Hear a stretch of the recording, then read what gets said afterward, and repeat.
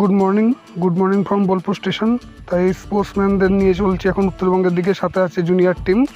তা এখন আমরা বন্দে ভারত ধরার জন্য বোলপুর স্টেশনে এসে উপস্থিত হয়েছি। তো আমাদের টিকিট মূল্য পড়েছে 1628 টাকা করে, হাওড়া টু এনজিপি। তা আমরা হাওড়া থেকে যদিও উঠিনি, এটাকে বোলপুর থেকে করেছি এই কারণে যে বোলপুর থেকে আমাদের সুবিধা ছিল, আমাদের কিছু বন্ধু বান্ধব ওখান থেকে উঠেছে, তাই আমরা উঠেছি ওখান থেকে। তা চলো ট্রেনে ওঠা যাক। তা ট্রেনে ওঠার সাথে সাথে আমাদের বাকি যারা ছাড়তে এসেছিলো তাদেরকে বাই বাই করে দিয়ে ট্রেনে ঢুকে পড়লাম। তা আশা করছি ট্রেনে খাওয়া দাওয়া ভালোই হবে, যেহেতু ব্রেকফাস্ট ইনক্লুড ছিল। তা ঢুকে ক্যান্টিনের খাবার দেখলাম বেশ হাইজেনিক, যারা পরিবেশন করছে তারাও বেশ সুন্দর পোশাক পরে রয়েছে। কিন্তু সমস্যা হলো যেটা ভেতরে ঢুকে দেখলাম পুরো প্লেনের মতন একদম, কিন্তু লাগেজ রাখার জন্য এদিক ওদিক দৌড়াদৌড়ি করতে হলো। সামনে দেখতেই পাচ্ছ আমাদের যে খাবারের ব্যাগ, সব রকম ব্যাগ নিয়ে দৌড়াদৌড়ি করে বেড়াচ্ছে। তার অনেকক্ষণ চেষ্টার পর লাগেজ রাখতে সক্ষম হলাম।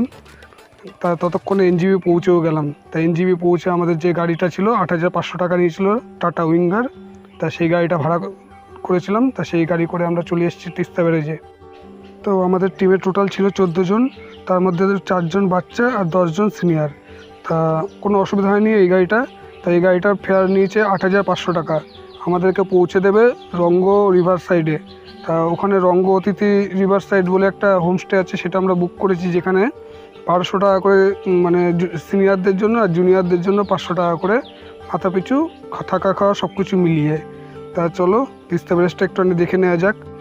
তিস্তা ব্যারেজে কোথাও ফাটাফোটা আছে নাকি দেখতে এসে দেখলাম যে আমাদের আগে এই জুনিয়র ইঞ্জিনিয়ার টিম পৌঁছে গেছিলো, সাথে সিনিয়রও রয়েছে। তাই এরা অলরেডি ভালো করে চেক করে গেছে। তা আমাদেরকে বললো যে নিশ্চিন্তে তিস্তা ব্যারেজ ওভারটেক করতে পারো। তারপরে তিস্তা ব্যারেজ ওভারটেক করে আমরা চা বাগানের মধ্যে দিয়ে যেতে থাকলাম। হাতে সময় কম থাকার জন্য এখান থেকে চা গাছ তুললাম না, এর জন্য চা বাগানের মালিকের টাকা বেঁচে গেল, নাহলে আমাদের অভ্যাস লোকের বাড়ির গাছের ফল ছিঁড়ে নিয়ে যাওয়া। তা যাই হোক, চা বাগান দেখতে দেখতে চলে গেলাম। তো আমাদের গাড়ির ভেতরটা কিছুটা দেখিনি। তা ভেতরের যে পরিস্থিতি হয়ে রয়েছে, এই জুনিয়ররা পুরো পা টান টান করে শুয়ে রয়েছে। তো আমরা যদি এনজিপিতে না নেমে মালবাজার নামতাম, মানে বন্দে ভারত না ধরে অন্য কোনো ট্রেন ধরতাম, তাহলে হয়তো আমাদের অনেক সাশ্রয় হতো। তো যারা যারা রঙ্গ, বিন্দু, ঝালং এদিকে আসতে চান তারা মালবাজারে নামবেন, তাতে গাড়ি ভাড়া অনেক কম খরচে হয়ে যাবে, আশা করি 6000-এর মধ্যে হয়ে যাবে। তা আমরা রঙ্গতে 2 দিন থাকবো, কারণ বিন্দু, ঝালং এগুলো এক্সপ্লোর করে তৃতীয় দিন এখান থেকে চলে যাব মূর্তি। কারণ ডুয়ার্সে এসে যদি জঙ্গল সাফারি না করি তাহলে ডুয়ার্সটাকে খুব মিস করব। তো দেখতে দেখতে আমরা পৌঁছে গেলাম রঙ্গ অতিথি রিভার সাইড হোমস্টেতে। তাই এই হলো আমাদের রাতের হোমস্টের চিত্র। তা যাওয়ার সাথে সাথে যেটা পেয়ে গেলাম চা আর পকোড়া, সাথে একটুখানি সস। তা এগুলো কামড়ি করে খাওয়া শুরু করে দিলাম, কারণ প্রত্যেকের পেটে খিদেই ছুঁচো দৌড়াদৌড়ি করছিল।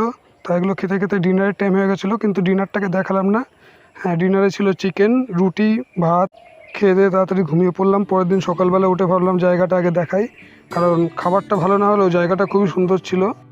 হোমস্টের পাশে এরকম একটা কাঠের ব্রিজ, যার নিচ দিয়ে বয়ে গেছে রঙ্গ রিভার। তো চাইলেও উপর থেকে ঝাঁপ দিতে পারবেন না, কারণ নামেই রিভার, নিচে কোনো জল ছিল না, ছিল শুধু বড় বড় পাথর। তো আর যাই হোক, জায়গাটা আসলে আপনার মন ভরে যাবে, কারণ জায়গার প্রাকৃতিক পরিবেশটা এতটাই সুন্দর বলার বাইরে। সকাল সকাল শান্ত পরিবেশে ভিডিও বানাবো বলে টয়লেট না গিয়ে আগে চলে এসেছিলাম এখানে। তা আসতে দেখি আমাদের আগে আমাদের টিমের 2 জন এসে উপস্থিত। তা কী করা যাবে। তো এই 2 জন শক্তিশালী সাহসী মহিলার সহযোগিতায় ঝবনের দিকে এগোতে থাকলাম, কারণ সাথে মহিলা থাকলে বাঘও ভয় পায়। তা আমাদের সাথে আসা এই 2 জনকে ধন্যবাদ জানাই এই কারণেই, কারণ এই চড়াইয়ের পথে এতটা খাড়াতে ওনারা নিজেদেরকে নিজেরা টেনে তুলতে সক্ষম হয়েছেন, তাই নাহলে আমাদের হয়তো হার্ট অ্যাটাক হয়ে যেত। তা যাই হোক, আমরা নিজেদেরকে নিজে তো টেনে তুলেছি, তোলার পরে যে অপরূপ দৃশ্য, এটা হলো বলার বাইরে। মানে এতটাই সুন্দর লাগছিলো যে মন ভরে গেল। তো এত সুন্দর দৃশ্য দেখতে দেখতে সামনের দিকে এগিয়ে চললাম। তা চলতে চলতে যখন অনেকটা পরিশ্রম হলো, তখন মনে পড়লো যে কিছু একটা যেন না সেরে রুম থেকে বেরিয়ে এসেছি, তাড়াতাড়ি রুমে ফিরতে হবে, নাহলে সমস্যা হয়ে যাবে। তা যাই হোক, চারিদিকের পরিবেশের ভিডিওটা তাড়াতাড়ি করে দেখে ভাবলাম রুমে ফিরে যাই, গিয়ে বাকি সবাইদেরকে জানাই, ওরা আবার এসে দেখুক। আর যাই হোক, এতটা কষ্ট করে উপরে ওঠার পরে এখানকার যেন পরিবেশটাই পুরো অন্যরকম। অক্সিজেন লেভেল এতটাই হাই যে শরীরের পুরো থাকানটাকে দূর করে দিল। তা চারিদিকটা সুন্দর পরিবেশ দেখে ভাবলাম এবার রুমেই ফেরা যাক। তা রুমে ফিরলাম। তা রুমে ফিরে রুমে দেখলাম এই অবস্থা, চারিদিকে ছড়ানো ছিটানো। তার মধ্যেও রুমটাকে দেখিয়ে দিলাম, কারণ এরপরে আর দেখানোর সময় পাবো না তার জন্য। তার রুমের বাইরে জানলা দিয়ে আমাদের যে সিনারিটা এরকম ঠিক সুন্দর হাওয়া আসছিলো ঠান্ডা, তার জানলা টানলা বন্ধ করতে বাধ্য হয়েছিলাম। আর এদিকে যে জানলা সেখান দিয়ে তাকালে পাশের হোমস্টেটাকে দেখা যায়। তো এই হোমস্টের উপরের 3টে রুম খুবই ভালো ছিল, কিন্তু নিচের এই যে রুমটা আমরা নিয়েছি এই রুমটা খুবই খারাপ ছিল। তা যাই হোক, এখন আর দেরি না করে আমরা স্নান করতে চলে যাই, কারণ স্নান টান করে বেরোতে হবে। ওদিকে ড্রাইভার বারবার করে ফোন করছে। রুম থেকে বেরিয়ে দেখি অভি স্নানের জন্য পুরো প্রস্তুত। ওদিকে কিরণদীপও অনেক আনন্দ রয়েছে, অনেক দিন পর স্নান করছে। তা আর কিছু না ভেবে আমিও এগিয়ে গেলাম এই ঠান্ডা জলে স্নান করবো দেখে, কারণ জলটা খুবই ঠান্ডা ছিল। ভাবছিলাম স্নান করবো কিনা, তা সবার সাহস দেখে আমারও মনে সাহস জেগে গেল যে ঠিক আছে চলো স্নান করা যেতেই পারে। তা সবাই স্নান করছিল ডুব দিয়ে অনেকটা জল ছিল। তা আমিও রিস্ক নিলাম না, আমি একটা ছোট্ট করে ডুব দিয়ে নিলাম। তো এই হাঁটু জলে ডুব দিয়ে ওঠার পরে খেয়ে দিয়ে নিলাম। খাবারে ছিল ডিম সিদ্ধ, রুটি, তরকারি আর একটা আচার। তা খেয়ে দিয়ে সকাল সকাল বেরিয়ে পড়লাম ভ্রমণে। যাচ্ছি যেখানে সেটা হলো বিন্দু আর ঝালং। তা বিন্দু ঝালংয়ে সেরকম দেখার মতন কিছু নেই, কারণ আমরা গিয়ে ওই পাহাড়ি নদী আর ওই সামান্য ওই ভুটানের বর্ডার এটুকুনি দেখতে পেয়েছি। আর যারা টেন্ট করে ওখানে ক্যাম্পিং করবে তাদের জন্য হয়তো থাকতে পারে, জানি না। সবথেকে আমাদের ভালো লেগেছে এই রঙ্গ যে গ্রামটা, এই গ্রামের প্রত্যেকটা বাড়ি যেন ফুল দিয়ে সাজানো, দারুণ লেগেছিল। তো দেখতে দেখতে গন্তব্যস্থলে পৌঁছানোর আগে এক জায়গায় দাঁড়ালাম, দাঁড়িয়ে এরকম পাহাড়ি নদীর স্রোতটাকে উপভোগ করছিলাম। আর সুন্দর শব্দ, প্রচণ্ড শব্দ, মনে হচ্ছিল যেন কোনো ওয়াটারফলের পাশে দাঁড়িয়ে আছি, এতটাই শব্দ। তো যাই হোক, এখানে সেরকম কিছু দেখতে পেলাম না। তা দেখতে না পেয়ে সামনের দিকে এগিয়ে গেলাম শেষ পয়েন্টে, যেটাকে আমরা বিন্দু বলছি। তা এগিয়ে গিয়ে বিন্দু ওখানে যে নদীটি, এই নদীটির নাম ঠিক এখন মনে পড়ছে না, আপনারা কেউ জানে থাকলে কমেন্ট করবেন। তাই নদীটি ছিল সুন্দর। এই নদীতে নেমে ভিডিও শ্যুট করা শুরু করলাম। শুরু করতে করতে আমাদের বাকি যারা টিমে ছিল তারাও নেমে আসলো সাহস করে, এসে ওরাও ভিডিও শ্যুট করলো। তা নানা রকম ফটোশ্যুটের সিজন চললো। খাওয়া দাওয়ার কথা ভুলেই গেলাম। তা এখান থেকে না খেয়ে বেরিয়ে পড়লাম। বেরিয়ে পড়ে অনেকটা আসার পরে আমরা এক জায়গায় দাঁড়িয়ে, একটা হোটেল ছিল সেখানে আগে থাকতে বলার ছিল, তা সেখানে খাওয়া দাওয়া করলাম। ওখানে হয়তো কম খরচে খাওয়া দাওয়া করে নিয়েছিলাম। তারপরে আস্তে আস্তে অন্ধকার হয়ে গেছিলো আমাদের রঙ্গ রিভার অতিথি হোমস্টেতে পৌঁছাতে। তা যাই হোক, পৌঁছে পরের দিনের প্ল্যানটা সেরে ফেললাম যে কী করা যেতে পারে।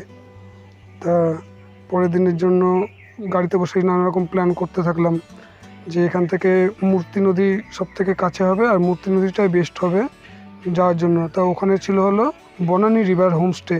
তা সেখানেও আমরা বুক করে ফেললাম যে আমাদের জন্য টেন্ট আর বাকি যারা ছিল তাদের জন্য রুম। যেহেতু আমরা 3 জন ছিলাম ব্যাচেলার, সেহেতু আমরা টেন্ট নিতে সাহস পেলাম, কারণ বাকিদের সাথে যে টিমটা ছিল ওরা ছিল এক একজন ইঞ্জিনিয়ার। ওরা হয়তো এই টেন্টটাকে তুলে আর এক জায়গায় বসিয়ে দিত, সেই জন্য ওরা রিস্ক না নিয়ে রুম বুক করলো। তা যাই হোক, বুঝতে পারছো বাকি ইঞ্জিনিয়ার কাদেরকে বলছি, ছোটো ছোটো পুচকে পাচকা যে ইঞ্জিনিয়ারগুলো ছিল। তা এরকম পাহাড়ের ভিউ দেখতে দেখতে আমরা পৌঁছে গেলাম রঙ্গ রিভার অতিথি সেই গ্রামে। তা ওইখানে আমাদের যে গাড়ি দাঁড় করিয়ে রেখে আমরা আমাদের যে রুমটা ছিল সেই রুমের সাইড ভিউটা একটু দেখিয়ে নিই। তা এখান থেকে এই দোকান থেকে আমরা খাবার টাবার কিনতাম বেশিরভাগ টাইমে। তা কিনে এই যে আমাদের রুমের নামার রাস্তা, এখান থেকে চাইলে আপনি হেঁটেও নামতে পারেন, গড়িও নামতে পারেন, কোনো অসুবিধা নেই, কিন্তু উঠতে হবে আপনাকে ঠেলে, খুবই কষ্টকর। একবার যে উঠেছে সে দ্বিতীয়বার আর দোকানে যায়নি, তার জন্য আমাদের অনেক কিছু খাওয়া থেকে বিরত থাকতে হয়েছে। তা আমরা এরকম ধীরে ধীরে নামছিলাম। তা নামা নিয়ে সেরকম সমস্যা হয়নি। তা যেটা নামতে গিয়ে ফলো করলাম, নদীর ওপারে ট্রেন থাকা সত্ত্বেও আমরা ট্রেন বুক করিনি কেন সেটা আগেই বলে দিয়েছি, কারণ প্রথম কথা আমাদের জানা ছিল না, দ্বিতীয় কথা খোঁজ নিয়ে চেষ্টা করিনি। কারণ আমাদের সাথে ছিল যে জুনিয়র ইঞ্জিনিয়ার, ওরা দিন রাত টেন্টের চেনটাকে টানার চেষ্টা করে হয়তো খুলেই ফেলতো, তারপর টেন্টের দাম দিয়ে যেতে হতো আমাদেরকে। তাই যাই হোক, চলে এগিয়ে যাওয়া যাক। ওই দূরে যে দেখা যাচ্ছে লাল রঙের দোচালা যে ঘরটা, সেটাই আমাদের হলো রুম। আর তার আগে যেটা রয়েছে ছাদ, এটা বাড়ির মতো লাগছে, এটা অতটা সুন্দরও লাগছে না, জানি না এর ভেতরের ব্যবস্থা কেমন। তা আমাদের হোমস্টের বাইরের সিনটা দারুণ লাগছে, ওই ছবি দেখেই তো আমরা এখানে বুক করেছিলাম। বলে না, আমরা ছবিতে দেখেই সব কিছু করি, যার পর সিনটা হয় একটু অন্য রকমের। তা আমাদের সাথে সেরকমই হয়েছে, ছবি দেখে আমরা বুক করেছিলাম ঠিকই। তা ভেবেছিলাম খাওয়া দাওয়া সুন্দর হবে, তা খাওয়া দাওয়া কোয়ালিটিটা সুন্দর না অতটা। কী করব, খেতে তো হবে, কষ্ট করে পয়সা দিয়েছি 1200 টাকা মাথা পিছু, পেট ভরে খেয়েছি। এই হলো রঙ্গ রিভার ভ্যালি হোমস্টে, যেটা আমাদের হোমস্টের ঠিক আগের হোমস্টেটা। তো এই হোমস্টের সামনে যে ব্যালকনিটা ছিল ওইটা দারুণ ছিল, যেটা আমাদের ছিল না। তা প্রত্যেকটা হোমস্টের আলাদা আলাদা কৃতিত্ব থাকে, কিছু না কিছু ভালো, যার জন্যই তো লোক আসে প্রত্যেকটাতেই। আর আমাদের যে হোমস্টে সেটা হলো এই যে অতিথি রিভারসাইড হোমস্টে। তা এটার কৃতিত্ব হলো এটাই যে এর ছাদটা সুন্দর, চালটা সুন্দর, পাশে ব্রিজটা থেকে সুন্দর ছবি তোলা যায়, এটাই। তা আমরা গতকাল রাতে এখানে বারবিকিউ করেছিলাম। তা বারবিকিউতে ওরা নিয়েছিল 900 টাকা করে কেজি। তো এই হোমস্টের খাবারের কোয়ালিটি আর রুম সার্ভিস দুটোই মানে অতটা ভালো পাইনি। মোটামুটি যাদের খাবার আর রুম বেশি ম্যাটার করে না তারা এখানে আসতে পারো, কারণ বাকি সব কিছুই ভালো এখানে। তা যাই হোক, এখান থেকে এবার বিদায় নেওয়ার পালা। আমাদের নেক্সট ডেস্টিনেশন বনানী রিসর্ট, মূর্তি নদীর পাশে। তাই সেখান থেকে করব আমরা জঙ্গল সাফারি। তো আপাতত এই পর্যন্তই। যদি ভালো লেগে থাকে ভিডিওটি লাইক, শেয়ার, কমেন্ট করতে ভুলবেন না। ধন্যবাদ।